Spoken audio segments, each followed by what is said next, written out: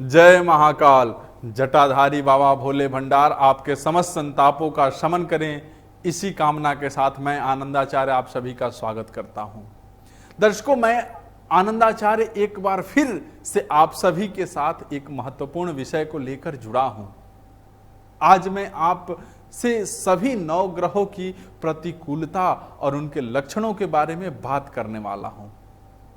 मैं आपको यह बताने वाला हूं कि यदि कोई ग्रह आपसे नाराज है तो उसे कैसे ठीक किया जा सकता है, कैसे जाना जा सकता है, उसके लक्षण को कैसे पहचान सकते हैं। आप कैसे जानेंगे कि किस ग्रह की प्रतिकूलता आपको परेशान कर रही है, आपकी परेशानी किस ग्रह के कारण है और उस ग्रह को प्रसन्न कैसे किया जा सकता है। दर्शकों, यदि आप अपनी समस्याओं का ज्योतिषीय समाधान चाहते हैं तो ये जानना बहुत जरूरी है कि आपकी परेशानी किस ग्रह के कारण है। इसके लिए हम आपको बता रहे हैं कि किस ग्रह से क्या दुष्प्रभाव हमारे जीवन पर पड़ता है। सबसे पहले हम बात करते हैं सूर्य के अशुभ प्रभाव का। यदि सूर्य देव आपसे नाराज हैं तो आप अहंकारी हो जाएंगे।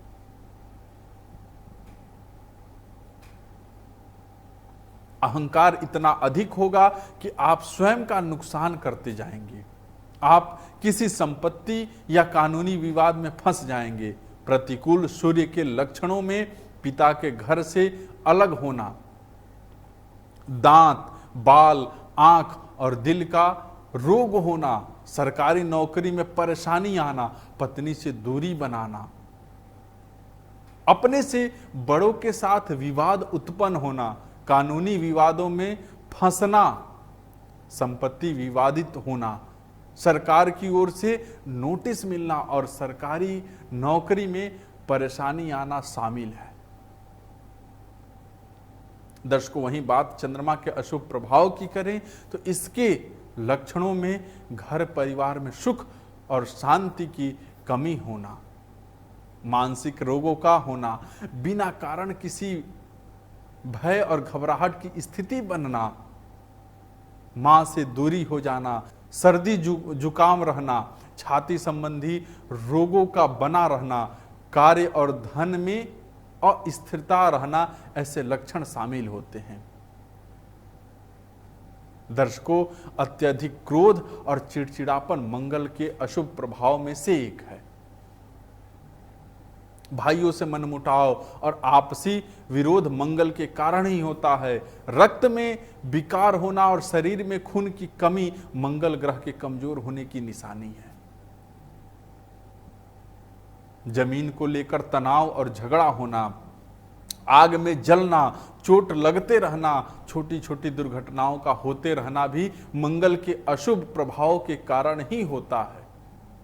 जरूरत से ज्यादा गुस्सा और चिड़चिड़ापन होना भी प्रतिकूल मंगल की निशानी है।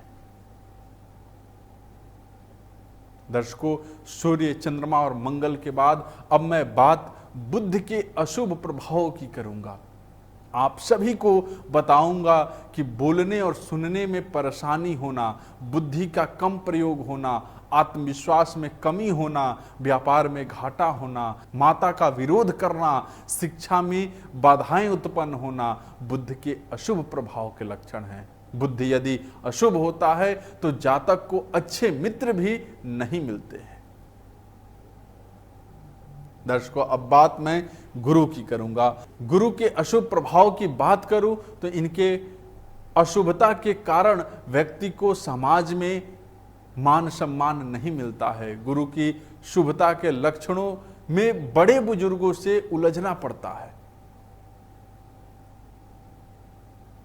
सम्मानित व्यक्तियों को अपमानित करना, बड़े अधिकारियों से वाद विवाद होना, धार्मिक ढोंग के साथ अधर्म के काम करना, अनैतिक कार्य करना, पाखंड से धन कमाना, स्त्रियों से अनैतिक संबंध बनाना, संतान दोषी होना तथा मोटापा और सूजन बढ़ना शामिल है। गुरु के अशुभ प्रभाव की वजह से समाज के सामने बदनामी भी होता है। दर्शकों, अब बात अगर शुक्र की करें तो शुक्र यदि अशुभ प्रभाव दे तो यौन सुख को कम करता है, गुप्त रोगी बनाता है, विवाह में रुकावट लाता है, प्रेम में असफलता प्राप्त होती है, हृदय का अत्यधिक चंचल हो जाना, प्रेम में धोखे की प्रवृत्ति आदि भी शुक्र के अशुभ होने के लक्षण है। बात वहीं अगर शनि की करें तो शनि के अशुभ प्रभाव की बात करूं तो इस ग्रह की अशुभता जातक को झगड़ालू, आलसी, दरिद्र, अधिक निद्रा वाला और वैरागी बना देता है। शनि की अशुभता पांव या नसों का रोग देता है। पथरी की समस्या शनि के अशुभ होने पर ही होती है। लोगों से उपेक्षा, विवाह में समस्या और नपुंसकता शनि के ही अशुभ प्रभाव हैं।